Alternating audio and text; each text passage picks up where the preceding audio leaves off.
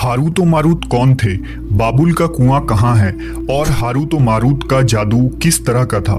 ये वो पुरअसरार सवालात हैं जिनके जवाब तो बहुत हैं और लिखने वालों ने भी बहुत कुछ लिखा है, लेकिन उन किस्से कहानियों में हकीकत को तलाश करना गहरे समुंदर से मोतियां निकालने के बराबर है। हारूत व मारूत के मुतालिक बुनियादी तौर पर दो तरह की रवायतें मिलती हैं, एक वो जो कुरान व हदीस और ताबईन के अक़वाल में मौजूद है और दूसरी वो जो तौरेत व इंजील और इसराइली रिवायतों में आती है, जबकि उन इसराइली रिवायतों को बेशतर उलमा और मुवर्रिखीन ने तायद की है। इस वीडियो में हम उन दोनों तरह की रिवायतों और वाक़यात को मुकम्मल पेश करेंगे। रिवायतों के मुताबिक हजरत इदरीस अलैहिस्सलाम के ज़माने में एक मर्तबा आसमान और ज़मीन के दरमियान से पर्दों को हटा दिया गया तो फरिश्तों ने ज़मीन में आबाद इंसानों को देखकर ताज्जुब किया और बोले, या रब्बुल आलमीन, हम तो गुनाह के करीब भी नहीं जाते, जबकि ये बनी आदम गुनाहों में इतने मुब्तला हैं। अगर हम उनकी जगह होते तो कभी तेरी नाफरमानी ना करते। अल्लाह ने इरशाद फरमाया, इंसानों को गुस्सा और शहवत दी गई है, अगर ये चीज़ें तुम्हें दी जाए तो तुम भी इसी तरह गुनाह में मुलव्वस हो जाओगे। लेकिन फरिश्तों ने कहा, हम ऐसा हरगिज न करेंगे। लिहाजा अल्लाह के हुक्म से फरिश्तों ने अपनी जमात में से दो बेहतरीन और इताअत गुजार फरिश्तों को चुन लिया, जिनका नाम हारूत और मारूत था। अल्लाह ने उन दो फरिश्तों में इंसानी फितरत और शहवत डालकर दुनिया में भेजा। वो शहर बाबुल में दो खूबसूरत इंसान बनकर आए और काजी के काम पर मुकर्रर हो गए, जहां वो लोगों के दरमियान फैसले किया करते थे। एक दिन उनके पास एक औरत अपना मुकदमा लेकर आई और कहा कि उसका शौहर उसे बहुत परेशान करता है। हारूत व मारूत ने जब उस औरत को देखा तो वो उसकी खूबसूरती और हुस्न से मरऊब हो गए और उस पर आशिक हो गए। उन्होंने उस औरत से जिना की ख्वाहिश की तो औरत ने उनसे कहा, तुम्हारी ये ख्वाहिश मैं तभी पूरी करूंगी जब तुम बुत की पूजा करो, शराब पियो या मेरे खाविंद को कत्ल कर दो।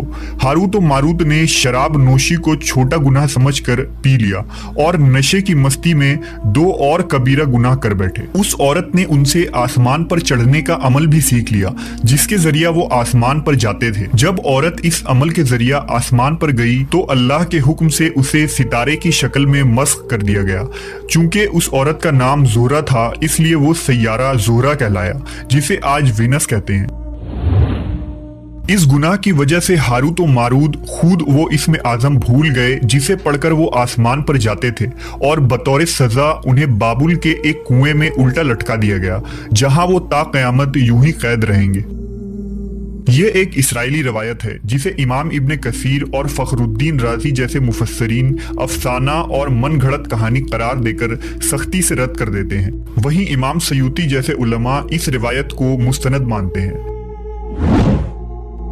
हारूत व मारूत और चाहे बाबुल के सिलसिले में एक और रिवायत कसरत से बयान की जाती है, जिसके मुताबिक एक जमाना ऐसा था जब शहर बाबुल रुए जमीन पर तहजीब व तमद्दुन का मरकज था। यहाँ के लोग बातिल खुदा की परस्तिश किया करते थे।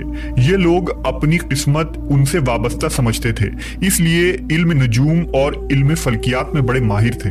उनके बुतकदों में सितारों की पूजा की जाती थी। ये लोग जादू, तंत्र मंत्र, सिफली को बहुत अहमियत देते और इस इल्म के जरिया मुआशरे में खूब फसाद फैलाते थे। ये लोग तिलिस्म, जादू, तंत्र मंत्र में बहुत आगे बढ़ गए। उनमें बड़े बड़े जादूगर मौजूद थे। उनकी तारीखी किताबों में जगह जगह जादू और तंत्र मंत्र ही नजर आता है। उनका जादू दूर दूर तक मशहूर था। मुख्तसर ये कि उस शहर का बाशिंदा होना ही जादूगर होने की अलामत थी। जब हजरत सुलेमान अलैहिस्सलाम की हुकूमत आई तो आपने उन लोगों को इस शिरकिया अमल से रोका और उनकी सहर और जादू की किताबों को एक जगह जमा करके अपनी अजीम कुर्सी के नीचे दफन कर दिया, ताकि इस फितना अंगेज इल्म का जड़ से खात्मा हो जाए। जब सुलेमान अलैहिस्सलाम की वफात हुई तो शैतान ने उन किताबों को दोबारा खोद कर निकाला और लोगों से कहा कि सुलेमान पैगंबर नहीं था, बल्कि उन किताबों के जरिया हुकूमत किया करता था। लिहाजा हवा में उड़ना, जिन्नात पर काबू और सुलेमान अलैहिस्सलाम के गैर मामूली मुआजिज़ात दरअसल जादू और सिफली का अमल था। बनी इसराइल ने उसकी पैरवी की और उन किताबों को पढ़ना शुरू कर दिया। लिहाजा दोबारा ये शर अंगेज इल्म इस कौम में सुरायत कर गई।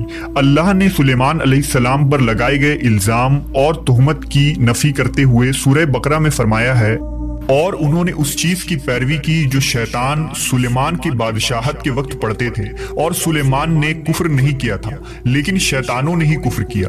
لوگوں کو جادو سکھاتے تھے، اور اس چیز کی بھی جو شہر بابل میں ہاروت و ماروت دو فرشتوں پر اتارا گیا تھا، اور وہ کسی کو نہ سکھاتے تھے جب تک یہ نہ کہہ دیتے کہ ہم تو صرف آزمائش کے لیے ہیں، تو کافر نہ بن۔ لہذا جب یہ سحر کا علم بابل میں عام ہو گیا اور لوگوں کی تکلیف اور پریشانی کا باعث بن گیا، تو اللہ نے دو فرشتوں کو انسانی صورت میں مامور کیا کہ وہ جادو کے عوامل اور اسے باطل کرنے کا طریقہ لوگوں کو سکھائیں تاکہ وہ جادوگروں کے فساد اور شر سے محفوظ رہ سکے۔ لیکن یہ تعلیمات غلط مقصد کے لیے بھی استعمال ہو سکتی تھی۔ حالانکہ وہ فرشتے لوگوں کو تنبیہ کرتے تھے اور ان کے لیے صراحتاً کہتے تھے کہ یہ تمہارے لیے ایک طرح کی آزمائش ہے، لیکن پھر بھی وہ لوگ ایسے کاموں میں پڑ گئے جو انسانوں کے لیے ضرر اور نقصان کا باعث تھا۔ بعض عربی داستانوں میں اس کنویں کا ذکر بھی ملتا ہے جہاں کئی لوگ پہنچے اور ہاروت و ماروت سے ملاقات کر کے جادو کا علم بھی سیکھا، جبکہ بعض مورخین کا کہنا ہے کہ عراق کے شہر حلہ کے قریب ایک کھنڈر میں موجود قدیم کنواں ہے جہاں سے بابل کی سرحد شروع ہوتی تھی۔ یہ اس کنویں کو ہی چاہے بابل قرار دیتے ہیں۔ بہرحال اس واقعے سے یہ سبق ملتا ہے کہ سفلی اور جادو ایک شرکیہ عمل ہے، مگر یہ کہ اس کا استعمال فساد اور شر پسندی کے خاتمے کے لیے کیا جائے۔